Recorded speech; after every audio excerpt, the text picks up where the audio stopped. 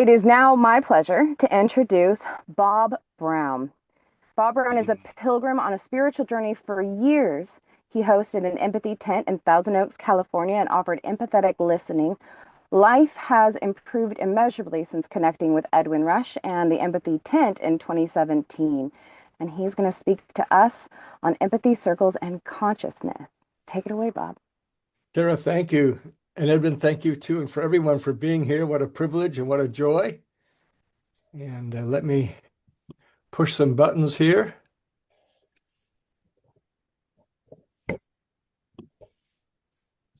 And I'm trying to share my screen and I'm getting a request button. Ah, here we go.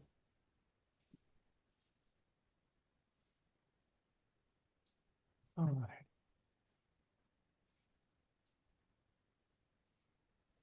Empathy circles and consciousness. My approach is that consciousness is the big circle and empathy circles are within that big circle of consciousness. This photograph was taken in 1968. On my left is my brother, on your left is my brother Stephen. That's our mom in the middle, and I'm on the right.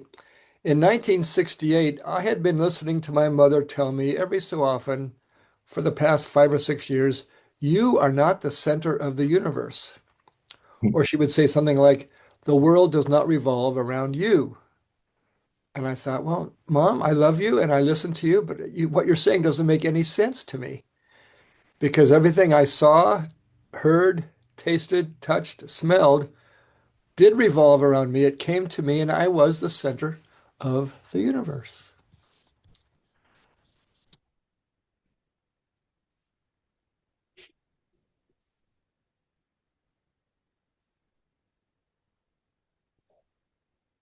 And Mom kept saying, you are not the center of the universe. And she was my mom and I believed her. And then from what I perceived, I was the center of the universe. And there was a big conflict.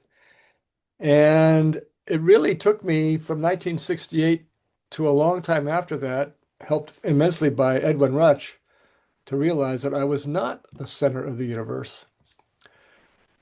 The empathy circle helps us realize that each of us is not the center of the universe. This revelation is a major breakthrough in the evolution of consciousness.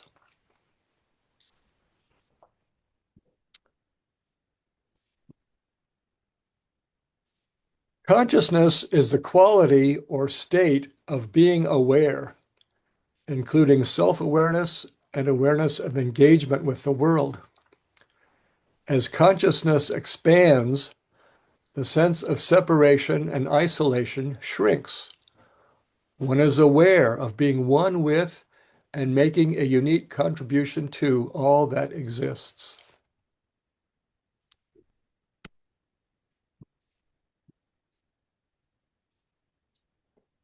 Empathy circles help us move away from self-centered separation into the awareness that we are all part of a unified wholeness.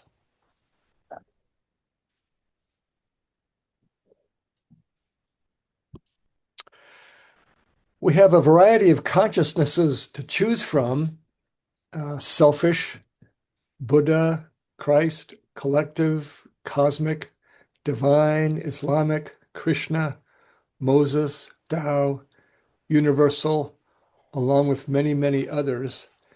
And as each of us identifies what kind of consciousness we have, the bigger it is and the more inclusive it is, the better it is.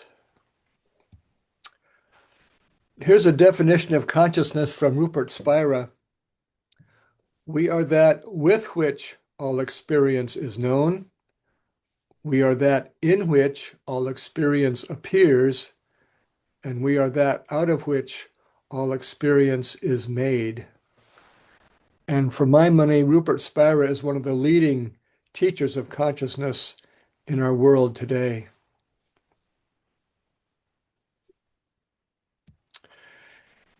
In addition to empathy circles, what are some other activities we can engage in to expand consciousness? Meditation, journaling, repetition of a mantra, either spoken softly or silently, or written out repeatedly by hand, reading, creating or beholding art, and then practice awareness, practice awareness, practice awareness. Over thousands of years, consciousness has evolved in a collective sense. Most of us start out with what uh, Thomas Keating and Ken Wilber call reptilian consciousness, concerned only with eating, eliminating, and comfort. This consciousness is prevalent in the human infant. As the human person grows, the typical evolution is to Tephanic consciousness. Whatever I imagine is reality. This is prevalent in toddlers. And then as we get to be the age of reason, we develop mythic membership consciousness, which says, my tribe is better than your tribe. My religion is better than your religion. This is prevalent in most adults on our planet today. A few people move a little farther and they have what is called a mental egoic consciousness, which is taking responsibility for oneself and sharing responsibility for others. This is rare, but it is occasionally present in human adults.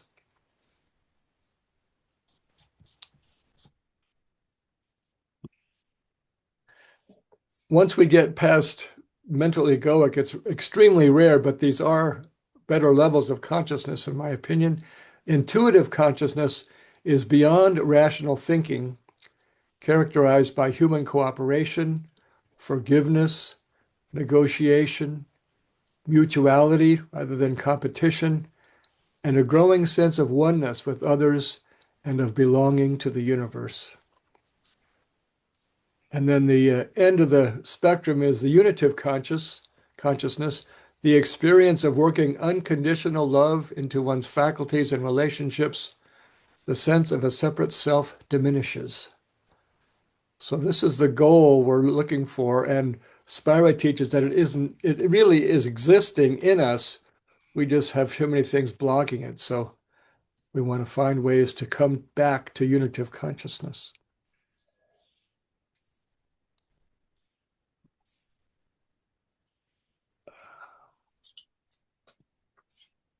We're Obstacles in to it the to win it. expansion of consciousness. There are self-centered habitual behaviors, and there are self-centered patterns of thinking, and those are things we want to get rid of. And how to reduce these obstacles? With meditation, journaling, repetition of a mantra, reading, creating or beholding art, practice awareness, practice awareness, practice awareness. Mm. The universe is the ultimate empath. It accepts and listens to everybody. The universe is a manifestation of ultimate consciousness in which we all exist together in a unified oneness. 1 minute, Bob, Okay. left. This is another quote from Rupert Spira. I encourage you to, if you're curious about consciousness, look up Rupert Spira. He's got all the wise stuff about consciousness. And then the brain is the manifestation of it. We breathe, relax, accept, initiate a self-aware response in place of reflexive behavior, and nix negativity. Ian McGilchrist is another world-recognized expert on consciousness. He says consciousness is irreducible, primordial, omnipresent. Michael Benner is former KPFK radio host who says awareness is the supreme quality of mind and love is the wisdom of the heart, two sides of the same coin. Consciousness is the ultimate reality that defines everything else. Rupert Spira. Imagine how regular participation in empathy circles combined with an intentional program of consciousness raising can change the world for the better. Hmm. And then here's a little humor about it. I don't know anything about consciousness. I just try to teach my students how to hear the birds sing. And a quote from Pema Chodron, "You are the sky, everything else is just the weather." Ah, Bob, That's thank you it. so much. This was wonderful. I have said for a long time that that you are the center of your universe, just not the universe. So I loved hearing your reflection of that. Perception versus reality is in and of itself such a powerful awareness. Awareness allows impact. I loved that quote, with which, in which, out of which, and then patterns and habits, awareness building, awareness, awareness, practice awareness, practice awareness, practice awareness. And I will be looking up Ruben Spira. Thank you so much for that.